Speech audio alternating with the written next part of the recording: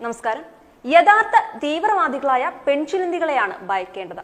മയക്കുമരുന്നും ലൈംഗിക ചൂഷണവും ബ്ലാക്ക് മെയിലിംഗുമായി സുന്ദരികളായ പെൺകുട്ടികളെ കെണിയിൽപ്പെടുത്തുന്ന ഇൻവിസിബിൾ റിയാലിറ്റിയാണ് ഈ ലവ് ജിഹാദ്. മതം തന്ന് ജീവിക്കുന്ന പെൺകുട്ടികളാണ് ലവ് ജിഹാദ് തന്ത്രപ്രധാനമായ റോൾ വഹിക്കുന്നത്. എന്നാൽ പൊതുസമൂഹത്തിന്റെ ശ്രദ്ധയിൽ നിന്ന് സുരക്ഷിതമായി മറഞ്ഞു നിൽക്കുകയും ചെയ്യുന്ന കൂട്ടർ. മുഖവും മുടിയും പോലും അന്യരെ കാണിക്കാത്ത പതിവ്രതകളും പാവങ്ങളുമെന്ന് പൊതുസമൂഹം കരുതുന്ന, പക്ഷേ ആണുങ്ങളെക്കാൾ കൂടുതൽ മതം തന്ന് ജീവിക്കുന്ന മുസ്ലിം പെൺകുട്ടികൾ ഇരയെ കണ്ടെത്തുന്നതും സൗഹൃദം സ്ഥാപിച്ച് വലയിലാക്കുന്നതും ബ്രെയിൻ വാഷ് ചെയ്ത് ഇസ്ലാമിലേക്ക് അടുപ്പിക്കുന്നതും മതം സ്വീകരിക്കാനുള്ള എളുപ്പവഴിയായി ഒരു മുസ്ലിമിനെ കല്യാണം കഴിച്ചാൽ മതിയെന്ന നിർദ്ദേശം വയ്ക്കുന്നതും അതിനായി ഒരു മുസ്ലിം പയ്യനെ ചൂണ്ടിക്കാട്ടുന്നതും വരെ ഇവരാണ് കാര്യങ്ങൾ നീക്കുന്നത്. അതോടെ ഇവർ ചിത്രത്തിൽ നിന്നും മറയുന്നു, അടുത്ത ഇരയെ തേടുന്നു. ഇതുവരെ നടന്ന ലവ് ജിഹാദുകൾ മുഴുവനും പരിശോധിച്ചാൽ ഇക്കാര്യം വ്യക്തമാണ്. സമൂഹം ചർച്ച ചെയ്യുന്നത് കാമുകന്റെ രംഗപ്രവേശം മുതലുള്ള കാര്യങ്ങളാണ്. മുസ്ലിം യുവാക്കളെ കാണുന്നയുടനെ ഇവളൊക്കെ അവന്മാരുടെ പുറകെ പോകുന്നത് എന്തിനാണ് എന്ന് ചോദിച്ച് പെൺകുട്ടികളെ കുറ്റപ്പെടുത്തുന്നവരും, ഇത്രയൊക്കെ ഉള്ളോ ഹിന്ദു ക്രിസ്ത്യൻ പെൺകുട്ടികൾ എന്ന് പുച്ഛിക്കുന്നവരും, ഇതിനെല്ലാം ചരട് വലിച്ച കൂട്ടുകാരികളുടെ പങ്കെന്താണെന്ന് അറിയുന്നില്ല.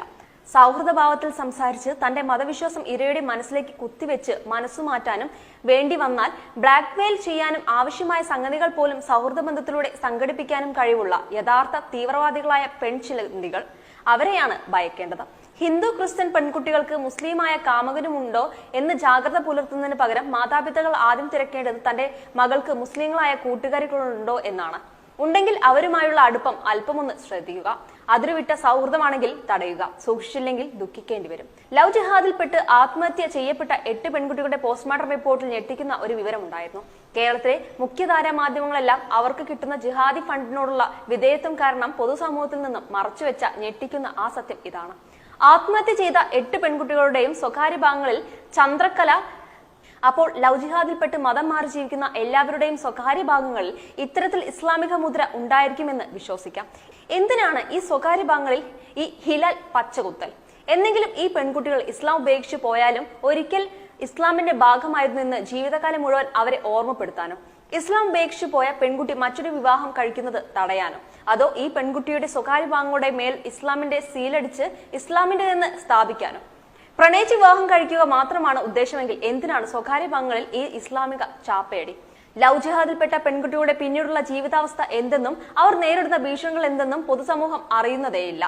തെറ്റ് മനസ്സിലാക്കി തിരിച്ചു വരാൻ ശ്രമിച്ചിട്ടും കഴിയാതെ പോയ ഹതഭാഗ്യകളായ പെൺകുട്ടികളാണ് ആത്മഹത്യ ചെയ്തവർ. ലവ് ജിഹാദ് ഒരു വലിയ ഇസ്ലാമിക ഭീകരതയുടെ ആസൂത്രിത പ്രവൃത്തി തന്നെയാണ്. ഭാരതത്തിലെ മതേതരത്വത്തിന്റെ പ്രിവിലേജുകൾക്ക് ഇടയിലൂടെ ആസൂത്രിതമായി നടക്കുന്ന ഇസ്ലാമിക വൽക്കരണത്തിന്റെ ഭീകര യാഥാർത്ഥ്യം. കേരളത്തിലെ മതേതര സമൂഹം അവരുടെ കുടുംബങ്ങളിൽ അവരറിയാതെ ഇസ്ലാമിക വൽക്കരിക്കപ്പെടുകയാണ്. അന്ധമായ RSS വിരോധത്തിന്റെ പേരിൽ നിരാകരിക്കപ്പെടുന്ന ലവ് ജിഹാദ് എന്ന യാഥാർത്ഥ്യം ഭാരതീയ സംസ്കാരത്തിന്റെ മഹത്വം മനസ്സിലാക്കാതെ ജീവിക്കുന്ന കുടുംബങ്ങളെ തന്നെയാണ് ബാധിക്കുന്നത്. ക്രിസ്ത്യൻ സമൂഹം കുറേയേറെ യാഥാർത്ഥ്യങ്ങൾ മനസ്സിലാക്കി കഴിഞ്ഞിട്ടുണ്ട്. പക്ഷേ ചില മതേതര ഹിന്ദുക്കൾക്ക് ഇനിയും നേരം വെളുത്തിട്ടില്ല. പ്രത്യേകിച്ചും ഹിന്ദു കമ്മ്യൂണിസ്റ്റുകൾക്ക്. അവരുടെ മക്കളെ ജിഹാദികൾ കൊണ്ടുപോയാലും അവർക്ക് പ്രശ്നമില്ല. അവർ ചെങ്കൊടിയും പൊക്കി വീണ്ടും ലവ് ജിഹാദ് എന്നൊന്നില്ല എന്ന് ശക്തമായി ബാധിക്കും. ലവ് ജിഹാദ് കമ്മ്യൂണിസ്റ്റുകളിലൂടെ തുടർന്ന് കൊണ്ടേയിരിക്കും. Web desk തത്വമേ.